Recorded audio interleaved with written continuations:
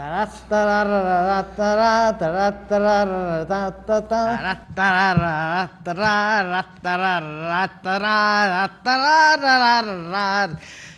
got it. Steve Wachowski Jr., your host, lifetime Long Meadow resident, 70 years and counting, and this is the Alfred Hitchcock Cinema. His big hit film was The Lady Vanishes, but tonight we're running something different. A prequel using the real story that The Lady Vanishes is based on. Back in 1889, there was a big Paris exposition, and the highlight was the Eiffel Tower opening. A mother and her daughter had traveled from India. They registered at an well-to-do hotel in Paris, and upon their arrival, the mother had taken ill. The hotel doctor looked at her and then prescribed some medicine for the young daughter to pick up from a druggist. I don't know what they call them in France, in Paris. But to get there, it was like an hour and a half's carriage ride away. The girl left with the prescription to take to the pharmacy. And when she returned, 3 hours later, her mother had disappeared, vanished in thin air. They took her up to her room. It had changed. It was the right number, but everything in the room had been changed, and there was somebody else occupying it. The young woman wondered what had happened to her mother. Tonight's film,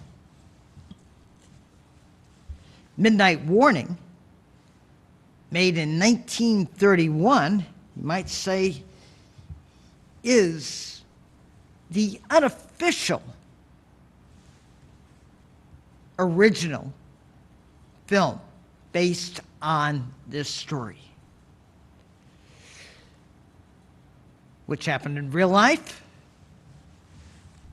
Now, the outcome of this film, which has the same basic plot, how someone is missing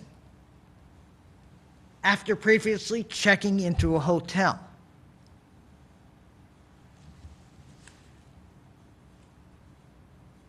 Both the real story and the movie you're about to see have the same real-life ending. Am I going to spoil it for you now? No. You're going to have to watch the movie. Film stars William Stage Boyd, who was not related to Hopalong Cassidy. It's 1931, and at that time, actors could use more than one name. In other words, two actors could share the same name, which they can't now. And this William Boyd was called William Stage Boyd. He had a short career in the movies, unlike William Boyd, who went on to portray Hopalong Cassidy. The interesting part of this film is its director. It was directed by Spencer Gordon Bennett, who directed a lot of westerns in his life and was mainly a serial director for Republic Pictures and Columbia Pictures. His first serial for Republic was called Secret Service in Darkest Africa from the 40s.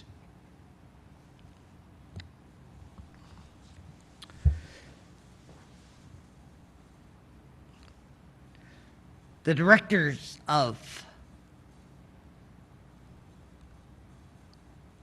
no, I remember. George Lucas said that it was an inspiration for Indiana Jones. Other serials that he directed using what would be considered superstars, The Mask, Marvel. He directed 2 Zorro serials, Tiger Woman. All these for Republic and others. He also went over to Columbia and directed for producer Sam Katzman 2 Superman serials, Jack Armstrong, Captain Video, Black Hawk, and even Batman and Robin.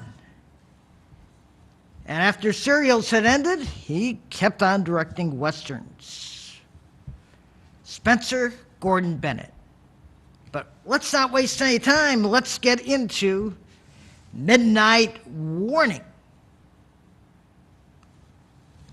The movie that is based on the real story behind The Lady Vanishes.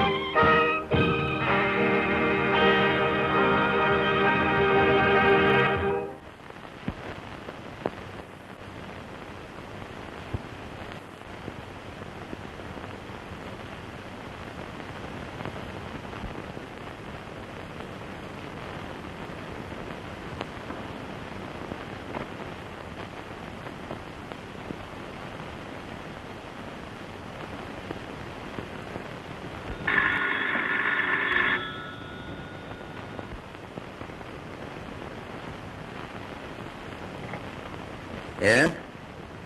Dr. Walcott speaking. Who? Mr. William Cornish. Sure, send him right up. Thank you.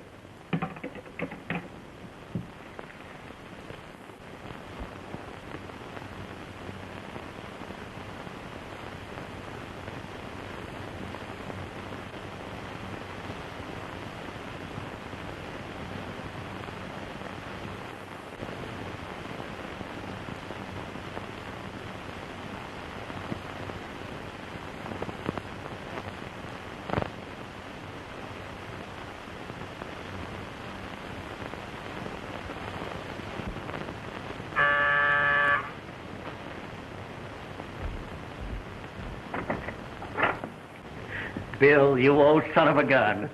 Hello, Steve. How's everything? Fine. You're a sight for sore eyes. Come on in. How long has it been now? 4 years. You haven't changed any. I'm getting balder. And famous. New York's most prominent nerve specialist. Well, Happy to know you. yeah. You've been crashing into print yourself. Yeah, that's not so good. for a dick, is it? I don't know. I imagine there are a lot of these investigators who wouldn't object to being spread all over the front page like you've been for the past week. No, I suppose not. But publicity spoils my game. I work best in the dark. And for the love of the game, eh? Have you been at it ever since? Yeah, I can't get out of it. There are too many things to snoop into, and I'm an incurable snooper. That's a likely-looking pair of glasses. Yes, I bought those for the convention. They're pretty powerful. Here. Take a look through these.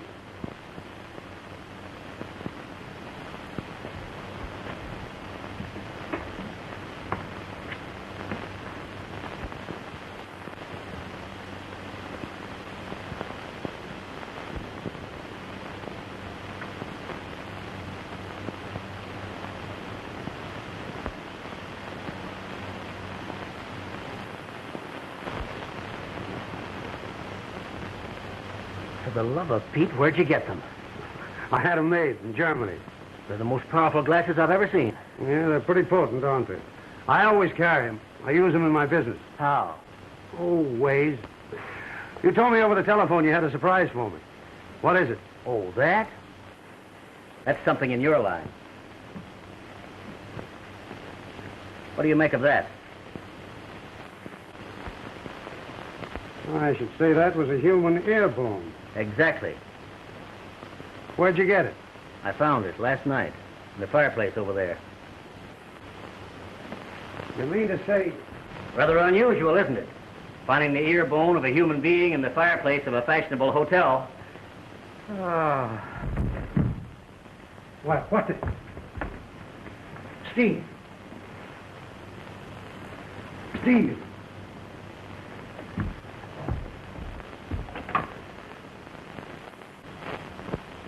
Hello. Send a doctor up here, quick. Mr. Walcott is ill. Right away, sir. Oh, Mr. Gordon.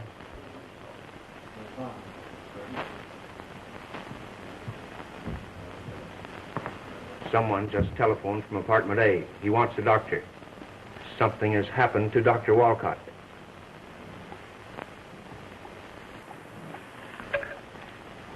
Get me Dr. Bronson. No, Doctor? Something has happened to Dr. Walcott in apartment A. You'd better go right up.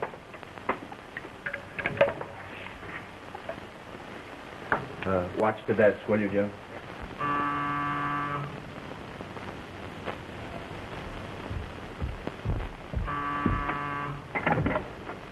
What's the matter? Mr. Walcott. There he is over there on the divan.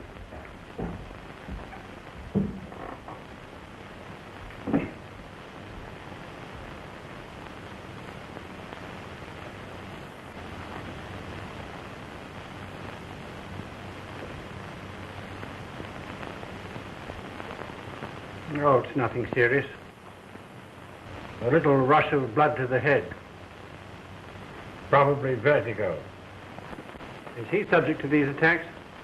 I don't know. I haven't seen him in 4 years. What about that blood on his forehead? Oh, well, that's nothing. Bumped his head as he fell, most likely. Most likely.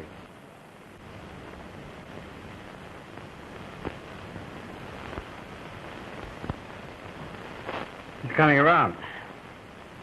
How is it, old fellow? What? What happened? Why, you fainted. The heat or something. You better be careful of your diet in this weather. Well, I'll be darned. Hey, what the... Oh, you bumped your head. That's nothing. Piece of court plaster will fix that. Ever suffered from vertigo? No, nothing's ever the matter with me. Well, you better stay quiet for the rest of the night. Play pinochle with Cornish here. Hold still a minute, will you? Yeah, but Mr. Cornish and I were just going out to get a bite to eat. Well, suit yourself. I'd advise staying quiet myself. Your liver's a bit off, maybe, huh? Go on, I haven't any liver. Well, maybe that's what's the matter with you. Well, whatever it is, I'm quite ashamed of myself. Just put your charge on my bill, Doctor. Oh, don't be absurd. Professional courtesy, my boy. All set? Well, thanks for coming up. I feel very important. You are important, Doctor. I don't have to tell you that. My advice is to take things easily for a while. Good night. Good night. Good night, gentlemen.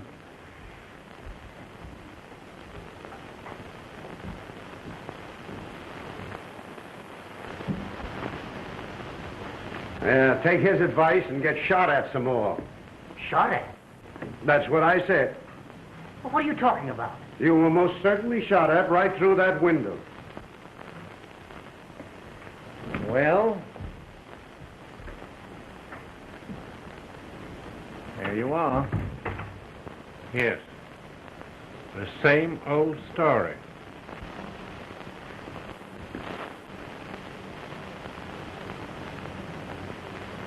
It ricocheted off that wall. They're not decorating rooms with bullet marks. What's more, the hotel people know all about it. Are you crazy, Bill? I've been accused of it. Well, why in the world should anyone shoot at me? For that matter, why should burnt ear bones be found in fireplaces of respectable hotels? Yeah, how could they? The window's closed. Sure, the hotel clerk closed it. I saw him do it. That's what makes me think the management knows. Bronson and his upset liver. I wonder if they'd take another shot at you if they got a chance. Oh, don't worry. They can't see in here from the outside with the window closed. Who can't? How should I know?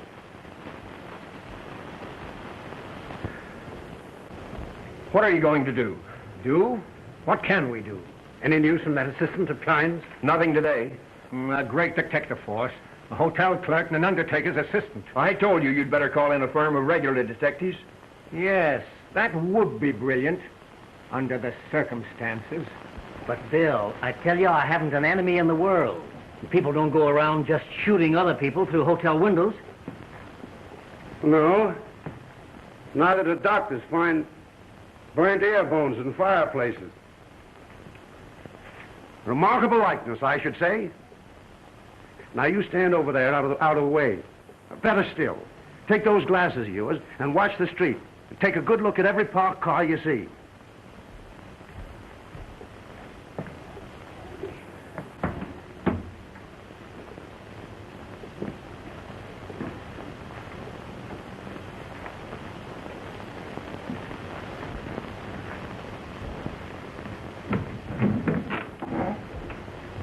Bill, I honestly think you're out of your head. Possibly. Nevertheless, I think...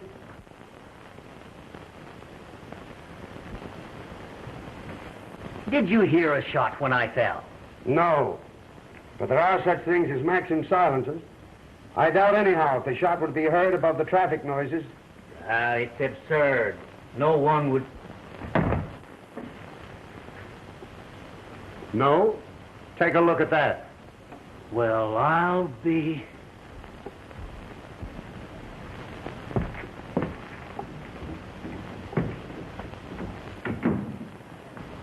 Come on downstairs. Have you got a gun? Well, yes, but Well, bring it. do I have to have a gun to interview the hotel management? We're not going to interview the hotel management. Yet. We're going to interview the people in the fourth floor front, the third house from the corner on the opposite side of the street. That's where the shot came from. You saw it? As plain as I see you. But listen here, Bill. This is a matter for the police. I saw all the shooting I wanted to see during the war. Now, don't worry. There won't be anybody there when we arrive. Besides, I am the police. Come on. It'll be much more interesting than a midnight supper. Yeah, and much more dangerous. Just a minute, and I'll be right with you.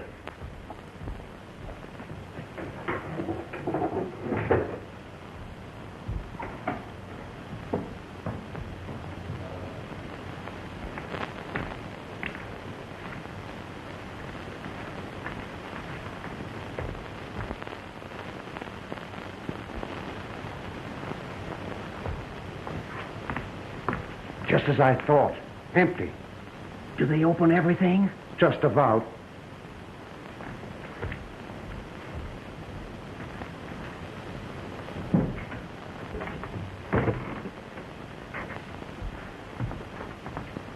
Are you sure we're in the right place? You know powder marks when you see them? It looks like it, doesn't it? Man, now don't touch anything. I'm going to come back here later for fingerprints. Fingerprints? And I want to see if there's anyone with a record mixed up in it.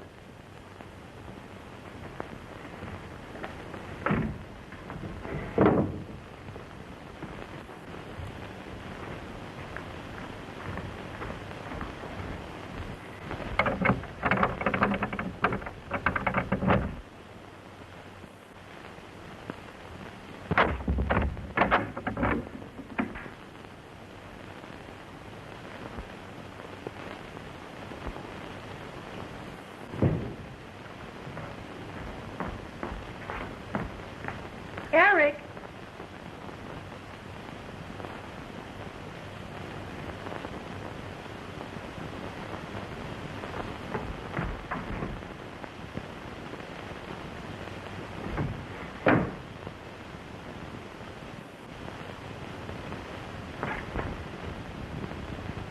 Eric.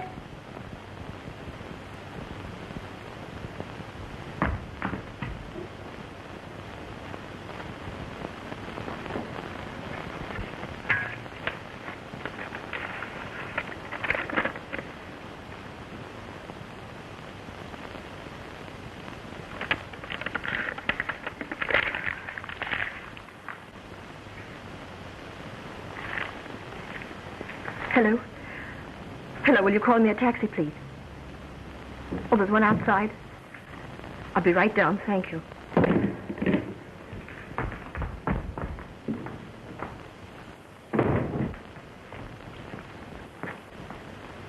I certainly would like to know what was in that note.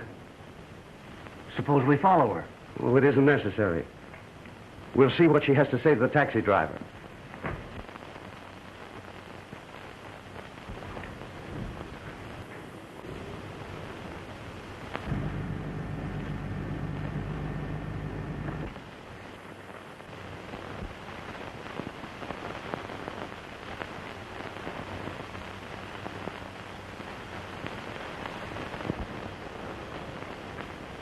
She's going to 241 Wellington Place. Well, how do you know? I read her lips. I learned lip reading years ago. That's why I had these lenses made. I can make out what anyone is saying a block away. Well, I'll be... You'd be surprised how handy it comes into my business. Yes, but weren't you taking an awful chance? Suppose she'd gotten into the taxi before she gave the driver the address. Well, that wouldn't make any difference. I had the taxi number. I could have gotten the address later. Yeah, well, what are we going to do now? Go there? No, we'll go over to the hotel and have a talk with Gordon. There's something very funny in the air. And listen, don't you say anything about having been here. In fact, don't say anything about anything. In other words, keep my mouth shut. We'll go out the way we came in. Walcott and Cornish are outside. They say they want to see you. I wouldn't mind that fellow Walcott. But Cornish makes me nervous. Did they say what they wanted? No, just said they wanted to talk to you. Well, I suppose I'd better see them, eh? Oh, you stick around. I may need you. All right, gentlemen, go right in. Remember, let me do the talking.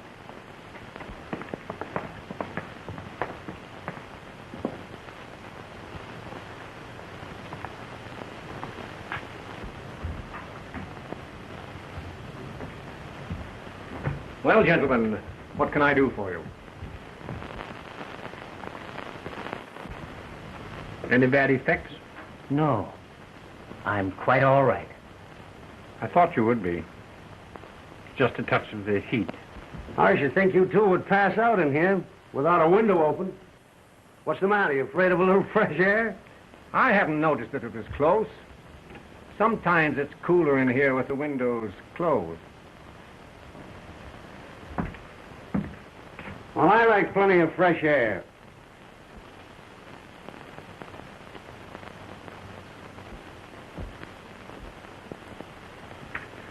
You got any idea why we're here? Not the slightest.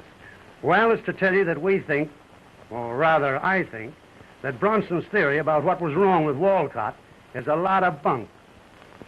Really? Really. You know what happened to him? Why... He was shot. Shot? Just that. Or rather, shot at. Why should anyone shoot into a hotel room at midnight? That cut on his forehead is a bullet wound. Somebody took a pot shot at him through the window. Oh, absurd. Why should anyone want to shoot at Dr. Walcott? I don't know. That's what we're here to talk over with you. But what makes you think all this? Walcott is a healthy man. He's not going around flopping on the floor just because there's a little heat. That's a bullet wound over his forehead, or I never saw one. Is that your only reason for thinking he was shot at? That's enough. What do you think, Dr. Walcott? I don't know what to think. Have you any enemies? Anyone who would shoot at you? Why, no. Did you hear a shot, Mr. Cornish? No, but the traffic Well, now, noises... look here, this thing is getting serious. Now, I can't help but think you're mistaken, Mr. Cornish. Why, it's a terrible thing to contemplate. We'll have the matter looked into, of course. I'll have the house detective write up. As I said before, gentlemen, I think you're mistaken. And, but would it be too much to ask you to say nothing about your fears outside for the time being? Of course, we'll attend to the matter right away, but if this thing ever got into the newspapers, why, you can imagine what it would do to the hotel. See, business is just coming back, but if my guests ever suspected that they were being shot at through the hotel window, you... Well, of course. I think Mr. Walcott understands. How about it, Steve? Why, yes, of course. In the meantime, he'd like to change his room. Yes, I'd like that. Oh, most certainly, but I still think you're mistaken. It's too monstrous. Of course, the least we can do is to change your room for you. Is there any special location you'd like? An inside room. Something looking out on the court. Something on the first floor. I'm staying with him. He's not taking any chances from now on. First floor on the court. Well, they're not very comfortable on a hot night, but I think Suite G over there across the court is available. Would you like that? That'll do very well. All right, I'll attend to it right away. Get me Mr. Rankin, please. Oh, Mr. Rankin, Dr. Walcott is changing his rooms to Suite G across the court. See that his things are moved at once, please. Yes. Here, boy. Thank you, Doctor. Attaboy. You caught on to the gag immediately. I don't know that I did. I know for some purpose or other you stepped on my foot. I almost yelped. I wanted you to take this room so we could find out what our good friends across the court talk about when we're not there.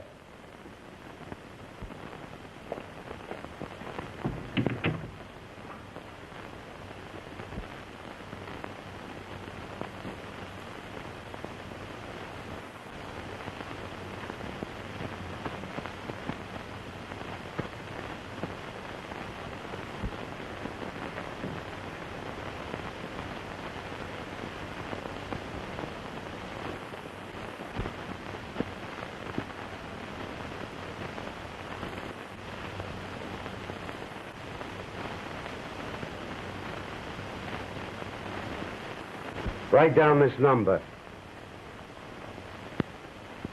Capital 6753.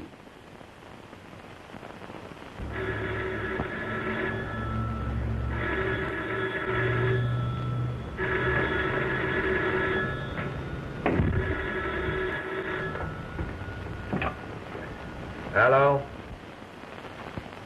Things are bad, if you must know, Adolph. There's been another attempt. This time on a prominent New York doctor. Walcott, the nurse specialist. And that fellow, William Cornish, the investigator that you've been reading about so much in the newspapers, is mixed up in the case. Cornish? What's he got to do with it? And nothing yet. But he's a friend of Walcott's, and he has me worried. Any clues? No, not yet. When the Countess d'Aubert was driven out at midnight last week, Rankin was sure that they were shooting from a car that was parked across the street. But he's changed his mind now and has nothing more to suggest. Rankin's a fool. He's doing his best. You can't expect a hotel clerk to be much of a detective. Go to a regular firm of detectives. That would be a bright idea, wouldn't it? They'd find out about the other. You better do something quick. It'll get into the newspapers. And where will the Clarendon Arms be then? It will be as bad as if the other were found out. Now, wait a minute, Adolph. Your assistant Welch is here. Welch here has something. I saw her about 15 minutes ago. Her? She came out of an apartment house across the street, about 3 doors from the corner, and got in a taxi. I tried to follow her, but I lost her. 3 doors from the corner, eh? And that's from... Adolph, we've got a hot clue. Welsh has located the building. I'll call you back in a little while. Shut that window, Rankin. Well, let's have it, Welsh.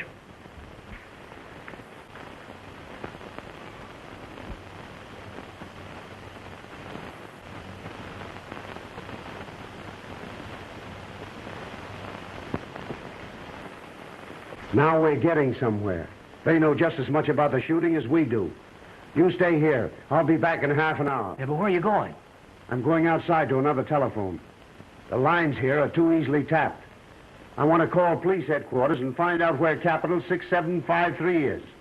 And 1 or 2 other things.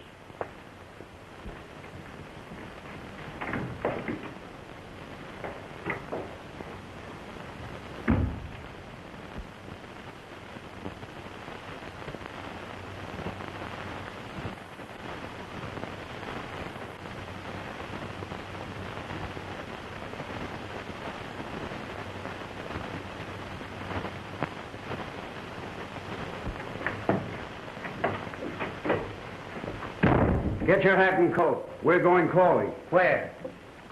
241 Wellington Place. We're going to see if we can locate that good-looking young woman. That's not Capital 6753. No, that's Klein's mortuary. That's who Gordon was talking to. He's a heavy stockholder in the hotel here. Who, Gordon or Klein? Both. I had them all looked up. And your friend Doc Bronson owns a big slice himself. Well, how about Rankin, the hotel clerk? No, he's not in on it. He's just an employee. Well, now I don't know any more about the affair than I did at first. But it's evident that for some reason, someone who has a grudge against the hotel is shooting at the guests through the windows. Yeah, and also, for some reason, the hotel people don't dare go to the police about it. Do you think the underworld has anything to do with it? No, they're dealing with amateurs, and they know it. That's why they're fighting with the only means at hand. Come on, we'll look up the young woman. She's the keynote to the whole situation.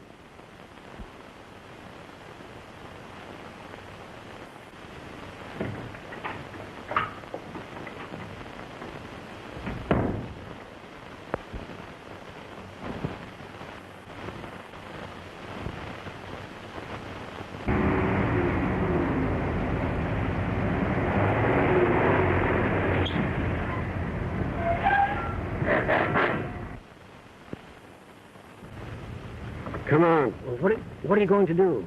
Just look around. It's dark. Nobody will see us. Perhaps we'll go in. I don't mind telling you, it makes me nervous. And you, New York's greatest nerve specialist. Well, hereafter, when my patients need a tonic, I'll prescribe acquaintanceship with you.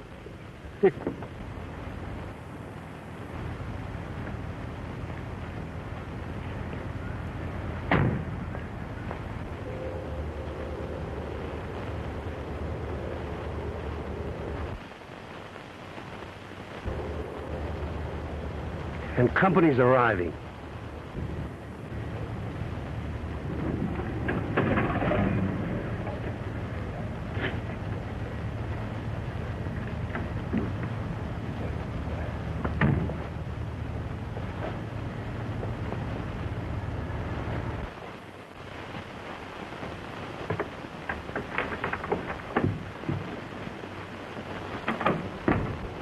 Maybe it's her husband.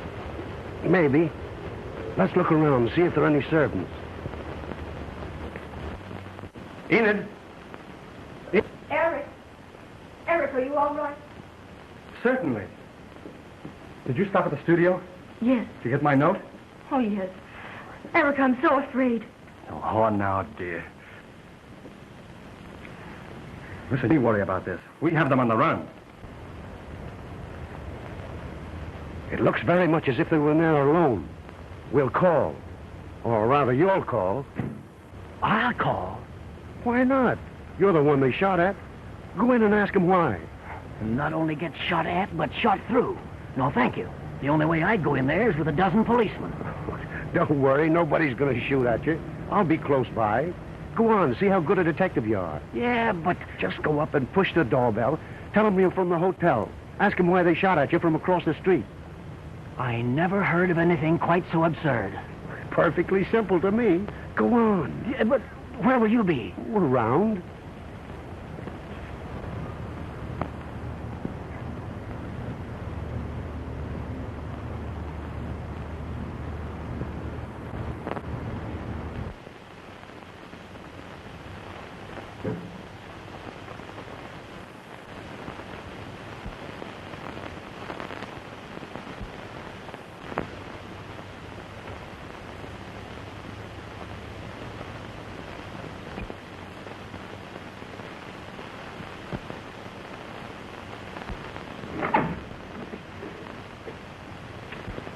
Good evening. I'm from the Clarendon Arms, and I'd like a word with you. May I come in? When I say I'm with the hotel, I don't mean that I'm connected with it. I'm a guest there. And tonight you shot at me, and I came to ask you why. I don't know what you're talking about. Take your foot out of the door. Not until you agree to let me come in and have a talk with you. I don't want to bring this matter to the attention of the police. Oh, this is very strange. Come in. Thank you. Now, what is it? Tell me again. Well, I'm a doctor from New York. My name is Walcott. I'm stopping at the Clarendon Arms. And tonight I was shot at. I was wounded by a bullet that came in through the window. And subsequent events lead me to believe that you know all about it. Come into the living room. Thank you.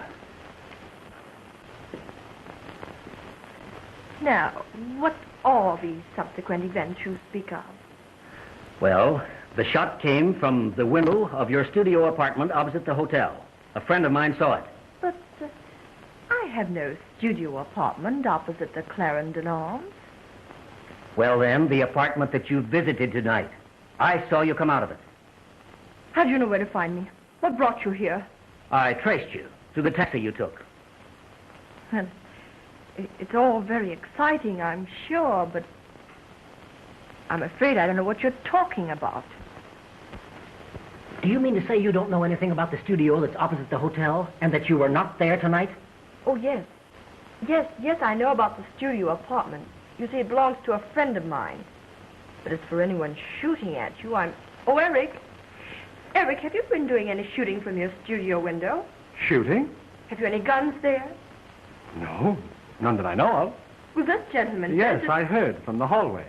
Oh, look, dear, if you're going to catch your train, you'd better hurry. My car's outside. Oh, yes, I'd better be going, hadn't I? Yes. Now, wait a minute. Oh, it's quite all right. I'll go into the matter with you. She doesn't know anything about it, and she's in a hurry. Go ahead, dear. You mustn't miss that train. No, I'm sorry. I can't let her go. You can't, eh? Well, you have nothing to do with it. I don't know you from Adam, and from what I've overheard you telling her, I think you're a little crazy. Now, you and I'll sit here and talk a while. Well, I see I'll have to bring the police into this. If there are any police brought in, I'll attend to that. I advise you to do just as I say. What right have you forcing your way into people's houses and saying what you'll do and what you won't do? Go ahead, dear, please. I can attend to this. Stop in at the studio if you need anything. Have you plenty of money? Yes, I have money. Well, then hurry, please.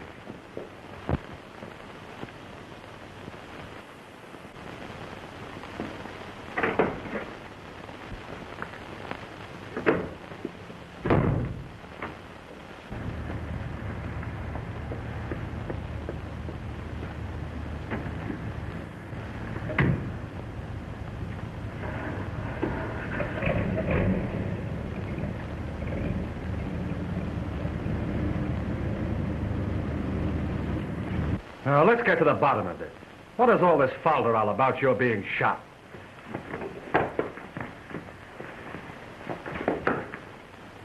It's just as Mr. Walcott says. He was shot by you. And incidentally, you've done all the shooting you're going to do today. You're under arrest, young man. Who are you? Cornish is my name. William Cornish. Well, you're not... Yes, the detective. Sit down.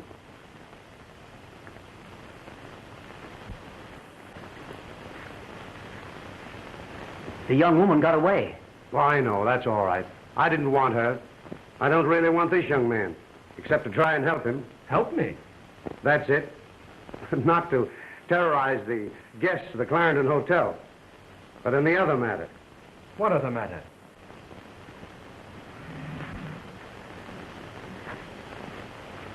I don't know. But there is another matter, isn't there? Well, yes, there is. You're not working for the hotel, are you? No, I'm not. I'm a friend of Mr. Walcott's here. And matters are just as he said. I'm only interested in the case because I happened to be in the room when he was shot. What's it all about? You might be the one person who could help us. Try it and see. Oh, what's the use? You wouldn't believe me any more than the others believed her. You'd say we were mad, both of us, and try to lock us up. Well, all I can say is try it. I'm warning you. You're going to say we are both out of our heads.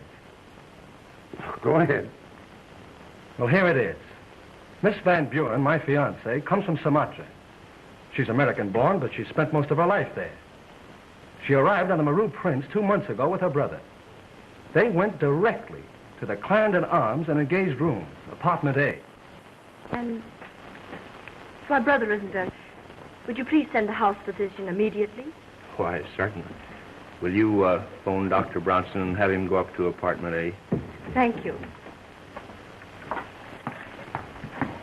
Dr. Brunson is wanted in apartment A.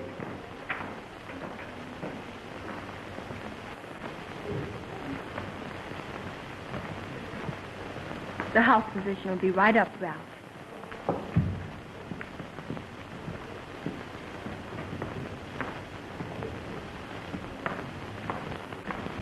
Bronson didn't seem to think it was anything to worry about, and in a few hours, Ralph did seem to be better. The next morning, Enid left for Salt Lake City. She didn't want to go. It worried her to leave him there at the hotel ill and alone. It was very necessary, however. You see, the reason they came to America was to settle an estate they had inherited. And there were certain papers to be signed that only one or the other of them could attend to. Also, these papers had to be signed by a certain date. So, Enid just had to go. Now, on the train, she wired him. And again from Salt Lake City. She received no reply. You can imagine her state of mind when she returned and made her way to the hotel. Oh, Mr. Van Buren, is he better? I beg your pardon? I said, how is my brother, Mr. Van Buren? Van Buren? What room, please? Suite A. What's the matter with you? Don't you remember me? Why, no, I'm afraid I don't. I'm Miss Van Buren. My brother and I arrived here 5 days ago and engaged Suite A. My brother was ill, don't you remember? We had the house physician attend him. There must be some mistake. Suite A hasn't been occupied for 2 weeks. But what are you talking about? We most certainly did engage the suite and stayed there overnight. That is, I did. I left for Salt Lake City the next morning. Look in your register. My brother was ill and I signed it myself. Why, certainly. Oh, Mr. Harrison, will you look up the registration cards, please? What was the date? It was last Friday. Friday. The name, Miss... Van Buren. What was the first name? Enid. Oh, will you look up a card on Miss Enid Van Buren last Friday? Are you sure, Miss Van Buren, that you have the right hotel? The right hotel? Good heavens, don't you suppose I know what hotel I stopped at? I told you my brother was ill and we had the house physician in, Dr. Brunson. Well, that's the name of our house physician, all right. Do you mean to say you don't remember the incident? Or me? I'm sorry, but I don't recall ever having seen you before in my life. We haven't a record of any such party. Thank you. There was no sign of Enid's registration. She was frantic. Why were they treating her so strangely? Where was Ralph? She insisted upon having Dr. Brunson call. He came to the manager's private office, and Enid recognized him immediately. But he didn't seem to know her. When she spoke of having called him that night to attend Ralph, he shook his head. I'm afraid you're mistaken, Miss Van Buren. I did not attend your brother. I was not at the hotel on the night you mentioned. I was at the theater with Mr. Gordon. Yes. We went to see Al Jolson. My brother. What have you done with him? I'll go to the police. Yes. Perhaps it might be better to have the police in.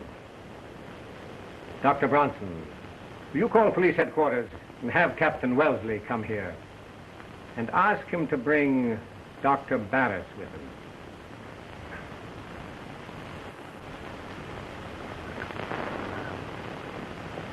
Barris, we learned later, was the city alienist. The hotel people considered Enid a subject for the psychopathic ward. When Wellesley and Barris arrived from police headquarters, she tried her best to substantiate her statement. She described minutely the fittings, color scheme, and arrangement of apartment A. They went up into the suite.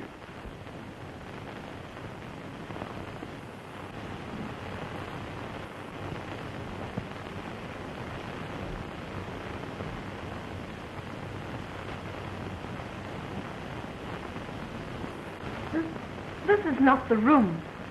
My dear young lady, this certainly is apartment A. But it's changed. It's not... I must confess that it doesn't tally very well with the description you gave us down in the office.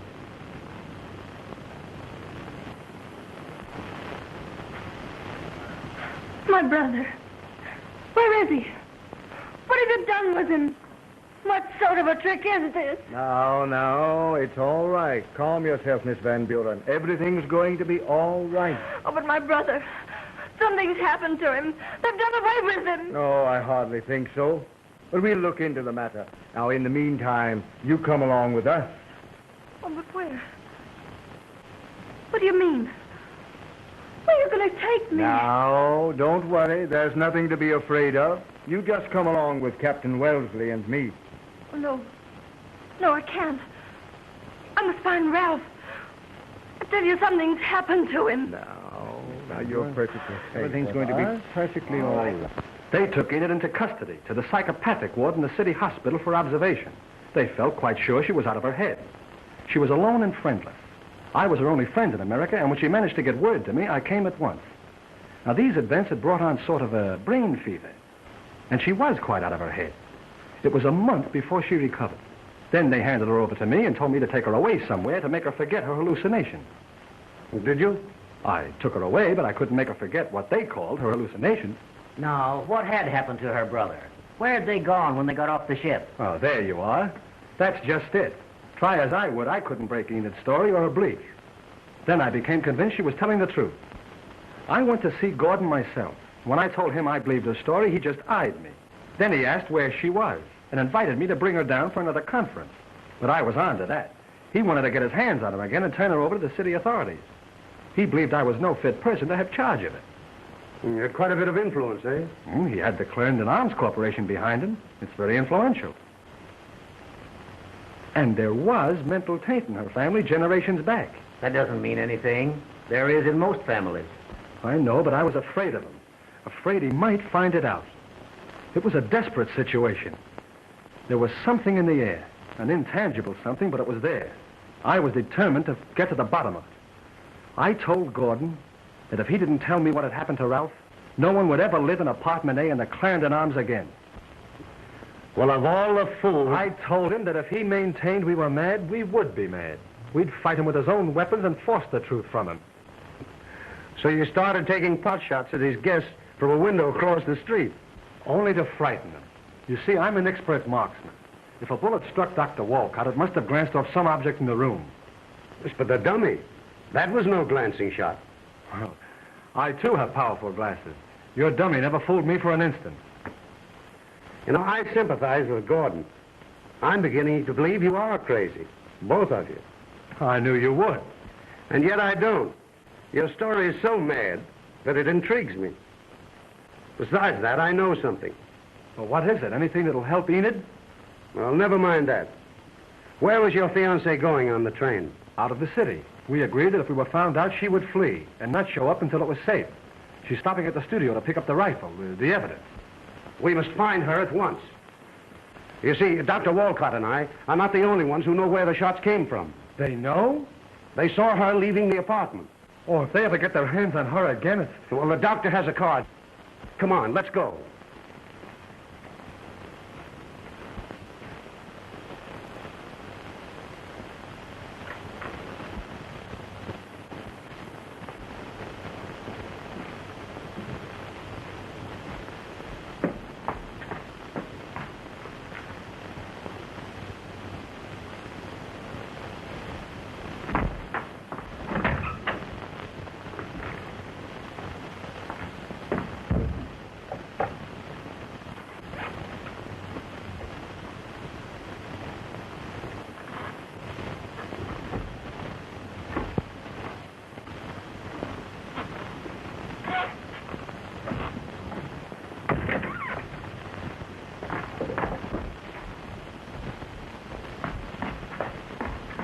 Good evening, Miss Van Buren.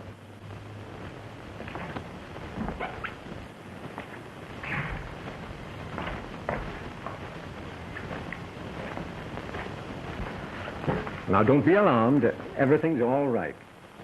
It's unfortunate that you went to the lengths you did in our little misunderstanding, but you have won. We've come to take you to your brother. Where is he? We'll show you. Now, everything's all right. Perfectly all right.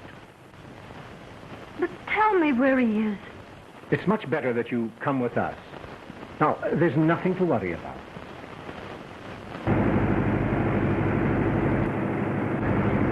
Hurry, Walcott, hurry. He's doing 50 now. You don't want to ride in pieces, do you?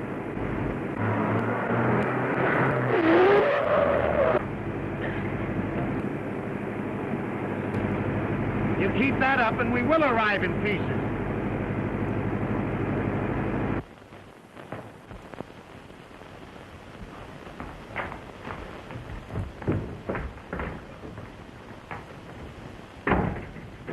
She's been here and gone. Well, how do you know? The rifle is missing. Hey, come here. What do you make of that? C.A. What does that mean? It might stand for Clarendon Arms. Well, you think? It might be a message for you. They've got her. They'll take her back to the hospital. If that's all they do, there'll be very little to worry about. Well, where else would they take her? Steve, I think we better take another little trip. Over to Mortuary. Mortuary? Yes, Clines. He's a great friend of Gordon's. Come on.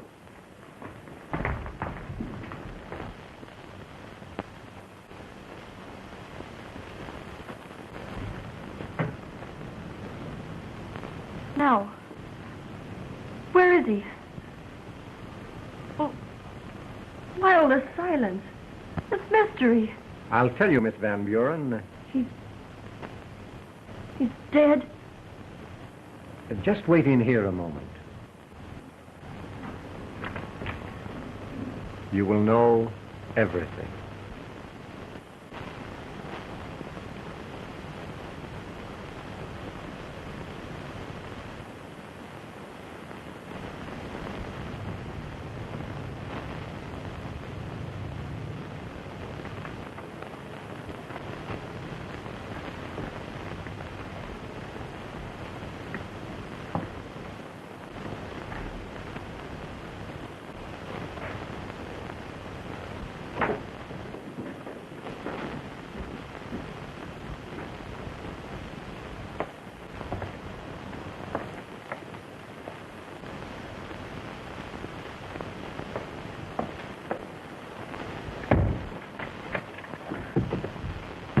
Mr. Gordon!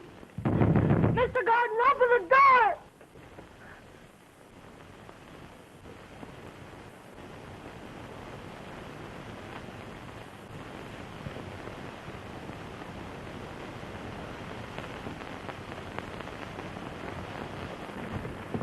Listen, Gordon. I can't go through with this. I'm not used to it. What are you going to do about it now? But the police?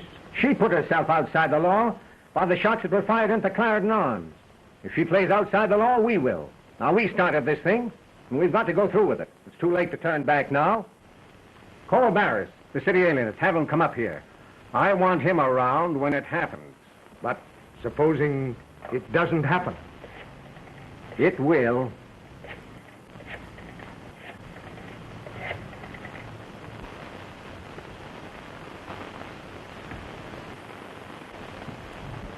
Barris is on his way. He lives near here and won't be long.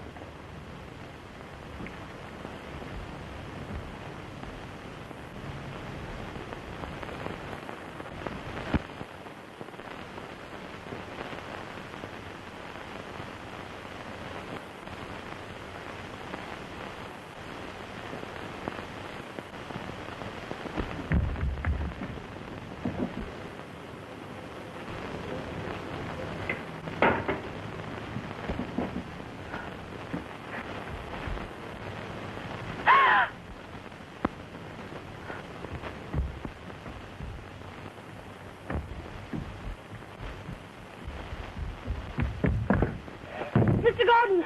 Mr. Gordon, open the door! Open it! You want me to go mad? Oh.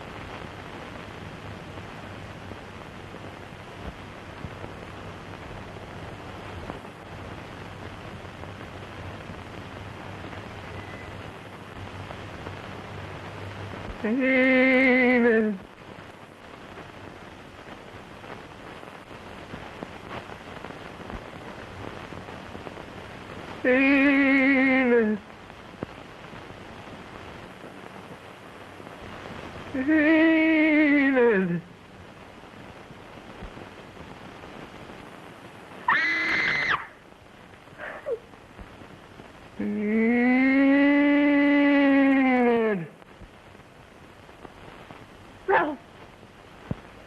Ralph, where are you? Here.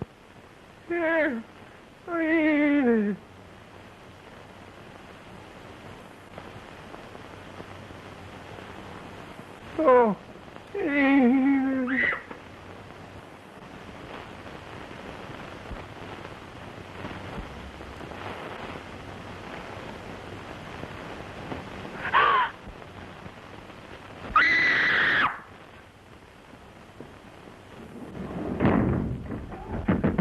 Mr. Gordon! Mr. Gordon, let me out! Let me out! Mr. Gordon!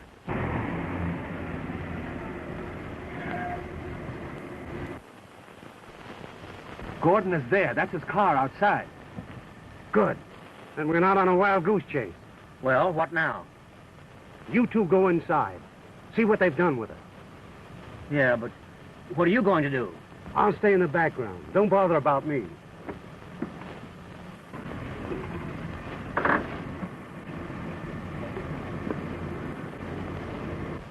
Let's have authority on our side. But Mr. Cornish. Now, it's all right. If what I suspect is true, there'll be very little talk about the shots that were fired into the hotel. I'll send the sergeant with you. Sergeant. I don't mind telling you that I'm scared. You needn't tell us that, Adolf. I wish to blazes we'd never heard the name Van Buren. We all feel that way about it.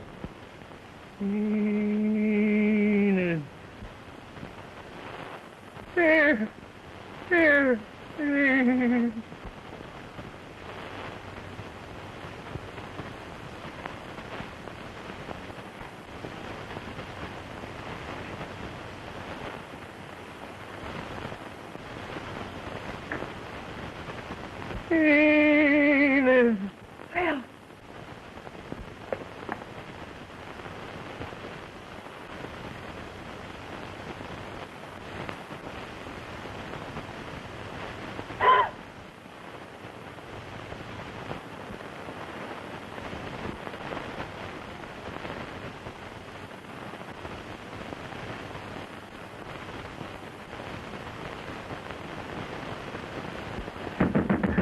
Gordon! All right, gentlemen, Mr. Cornish has explained. Let's go.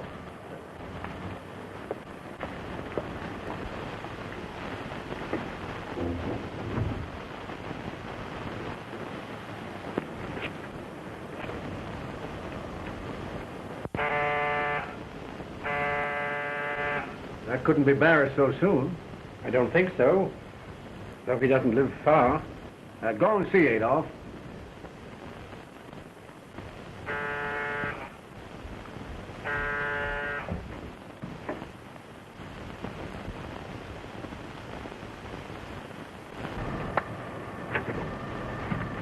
We're looking for Mr. Gordon. Why, Now, don't tell me he's not here. That's his car there. Yeah, come on, let's go. Sorry.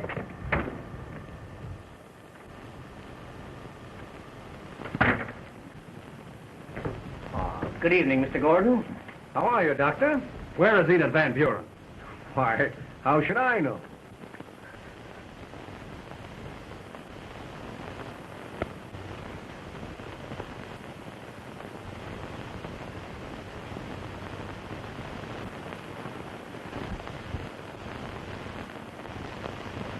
Well, gentlemen, I think that ought to explain it.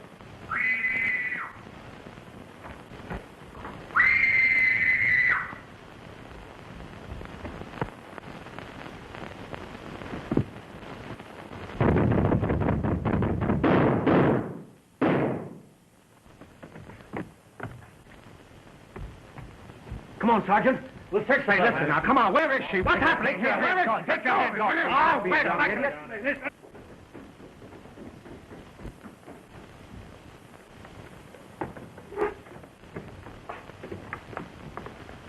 What's the matter, Bill? Is she... It's all right. Come ahead. I'm not Welsh out in there. Get him before he gets away. Come on, quiet now.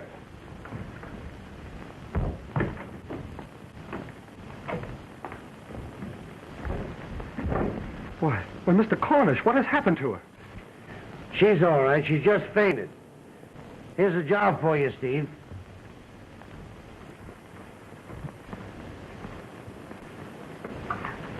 Wait a minute. No one is to leave this room. See to that, officer. That's it. Get some smelling salts. How is she, Steve? She'll be all right.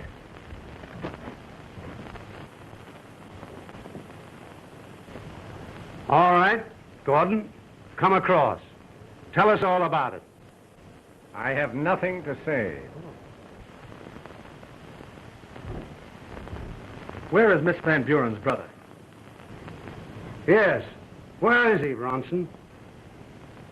Miss Van Buren's brother is dead. Ralph. Dead. Oh. Careful, Bronson.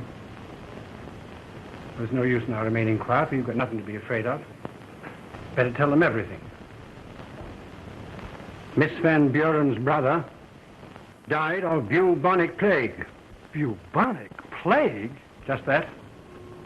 I recognized it the moment she had left. There was nothing we could do. He died before we could get him out of the hotel. Well, that accounts for... Everything.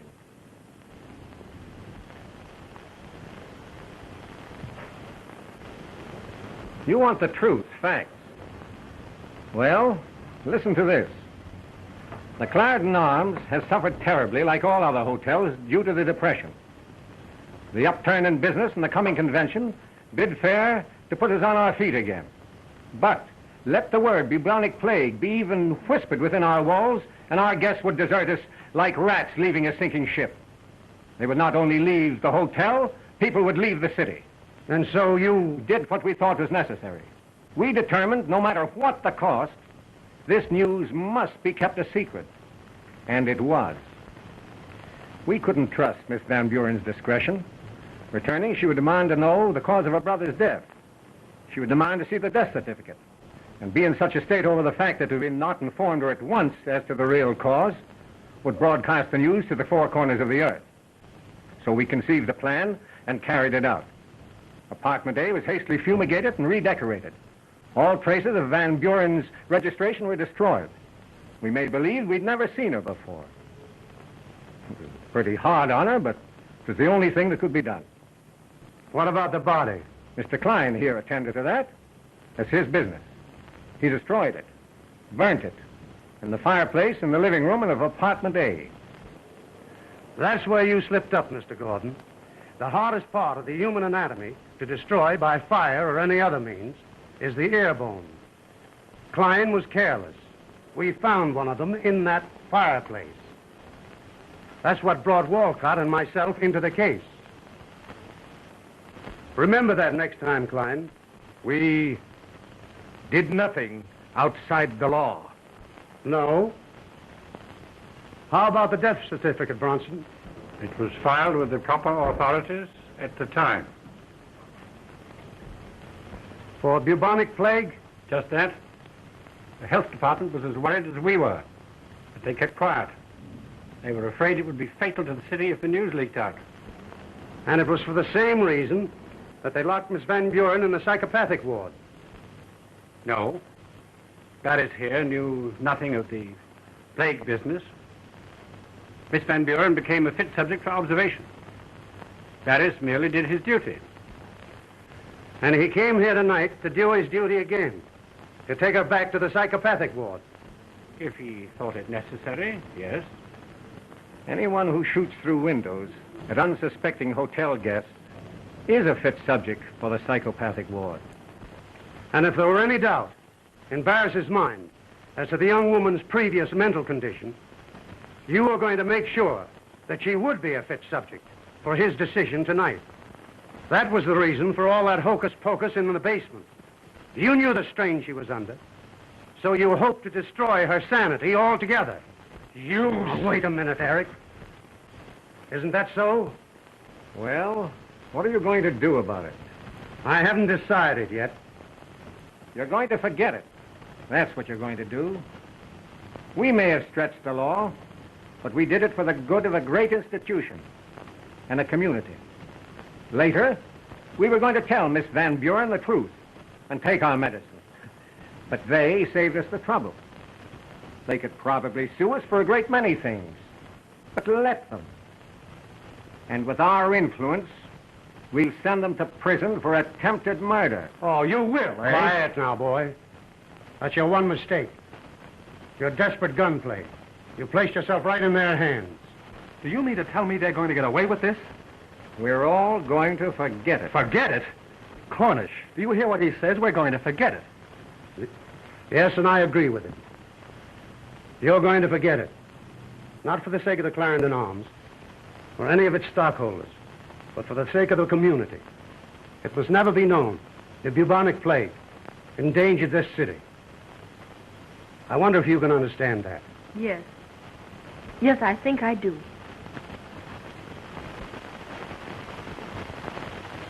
Now, I've got an old farm upstate.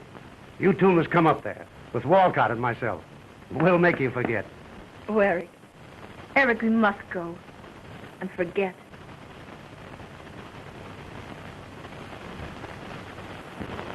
Yes, dear.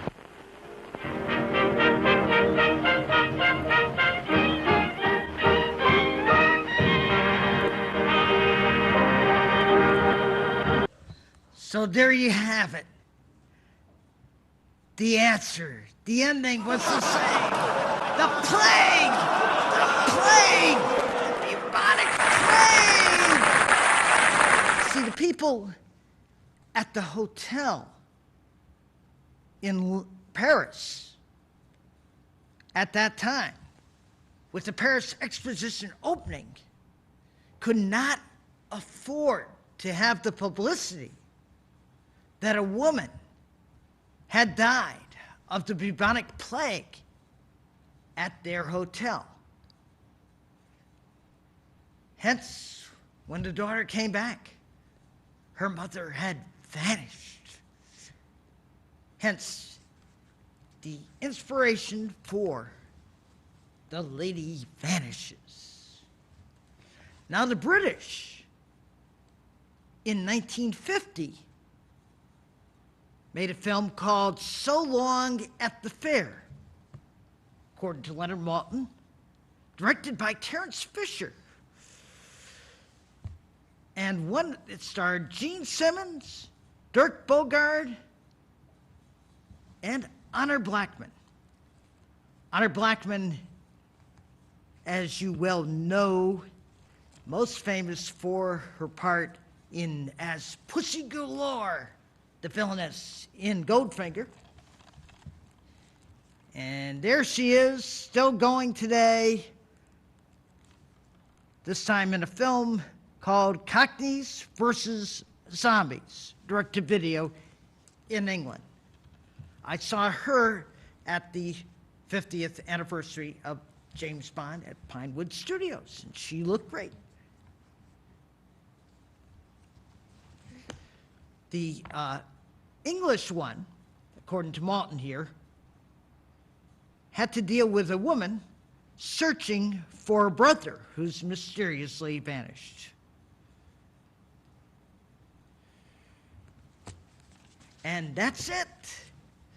The prequel for The Lady Vanishes. The title, Midnight Warning, 1931, from a Poverty Row company that only lasted a few years called Mayfair Pictures, and directed by Spencer Gordon Bennett. See you next week on the Alfred Hitchcock Cinema.